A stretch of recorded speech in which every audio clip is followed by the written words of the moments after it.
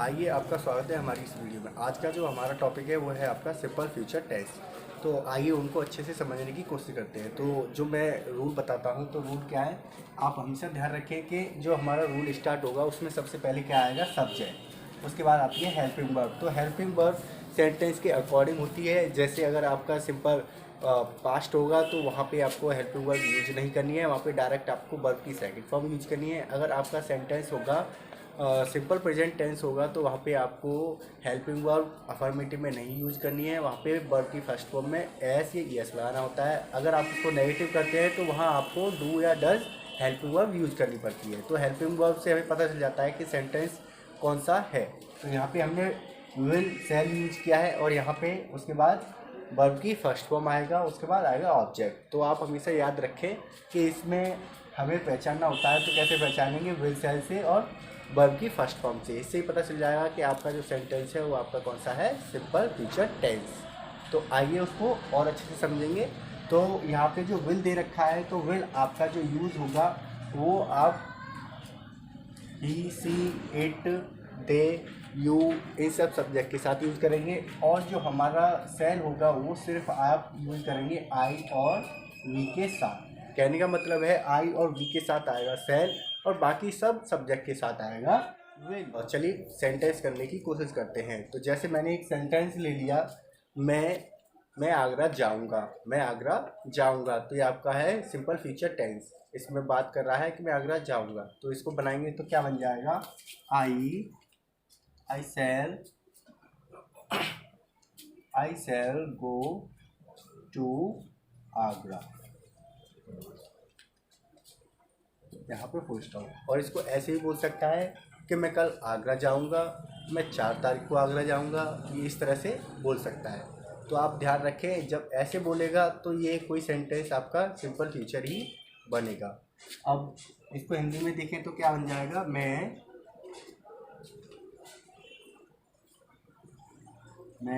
आगरा जाऊँगा। मैं आगरा जाऊँगा। और हिंदी में इन सेंटेंसों की पहचान देखें तो क्या होगा, इनके पीछे आएगा गा, गा, गी, के। तो इस तरह के जो वर्ड होते हैं वही आपके फ्यूचर टेंस में ही आते हैं सिर्फ। अब देखते हैं एक नेगेटिव। तो नेगेटिव मैं ले लेता हूँ, वह खाना नहीं खाएगा। तो वह खाना नहीं खाएगा, तो इसको बनाएंगे तो कैसे बन जाएगा, ही विल नॉट। और ये आप ध्यान रखें कि जब नेगेटिव बना रहे हैं तो हेल्पिंग वर्ब के बाद ही नॉट आएगा। आप इस चीज़ को तो आप हमेशा रट लो, याद रखो, समझ लो एक बार में। क्योंकि अब आपको ये कोई नहीं बताएगा कि हेल्पिंग वर्ब के बाद नॉट आएगा, क्योंकि ये बहुत छोटी सी बात है। अगर आप ये नहीं समझ पाएंगे तो आप सेंटेंस समझना छोड़ दीजिए, क्योंकि आप इसको नहीं समझ पाए तो सेंटेंस क्या समझेंगे। इसीलिए मैं कह रहा हूँ आप इस चीज़ को हमेशा याद रखें कि हेल्पिंग वर्ब के बाद नॉट आएगा अगर नेगेटिव बनाते हैं तो क्या बनेगा, he will not eat the food. अब इसको हिंदी में देखें तो क्या होगा, वह खाना नहीं खाएगा।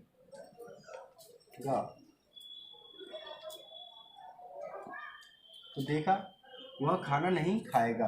तो इसमें भी गा आया है, इसमें भी गा आया है। तो ये सब कौन से हैं, आपके फ्यूचर टेंस हैं। आगे इंट्रोगेटिव देखते हैं। तो इंट्रोगेटिव में जैसे मैंने बताया कि अगर आप इंट्रोगेटिव करते हैं तो इंट्रोगेटिव में क्या होता है, हेल्पिंग वर्ब सब्जेक्ट से पहले यूज़ करते हैं। उससे हमारा सेंटेंस जो बन जाता है इंट्रोगेटिव बन जाता है। और इंट्रोगेटिव में क्या होता है, एक क्वेश्चन पूछा जाता है, जो कि वो क्वेश्चन होता है येस और नो वाला।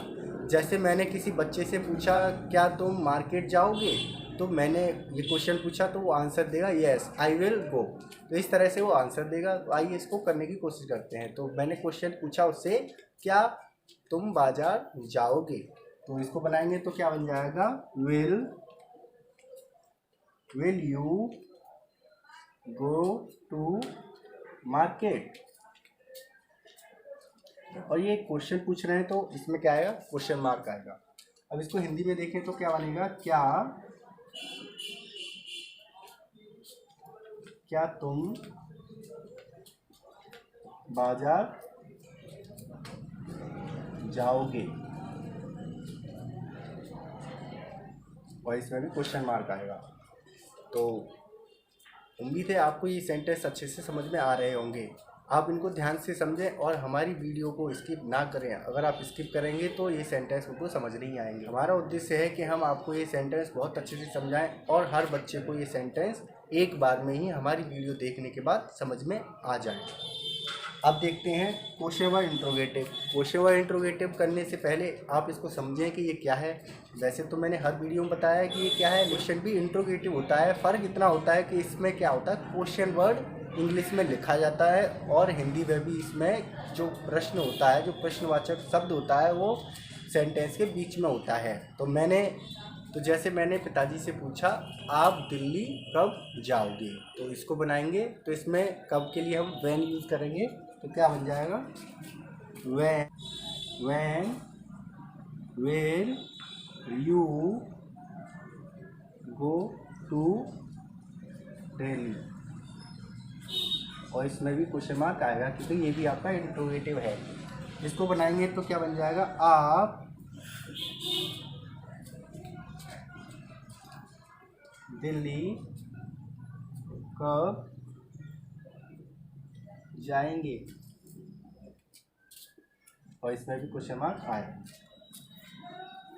तो आपको ये सेंटेंस अच्छे से समझ में आए होंगे और थोड़ा सा मैं इसमें और बताऊंगा तो उसको और अच्छे से समझेंगे। तो इसमें क्या है, जैसे मैंने बताया कि ये सब हम आई और वी के साथ शैल का यूज़ करते हैं, बाकी सब के साथ विल का यूज़ करते हैं। लेकिन आप एक बात इसमें ध्यान रखें कि आपने देखा होगा कि बहुत सारे सेंटेंस होते हैं जिसमें हम बोलते हैं I will do it, I will go to market.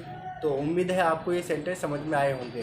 हमारे चैनल को लाइक करें, कमेंट करें एंड सब्सक्राइब करें। Thank you.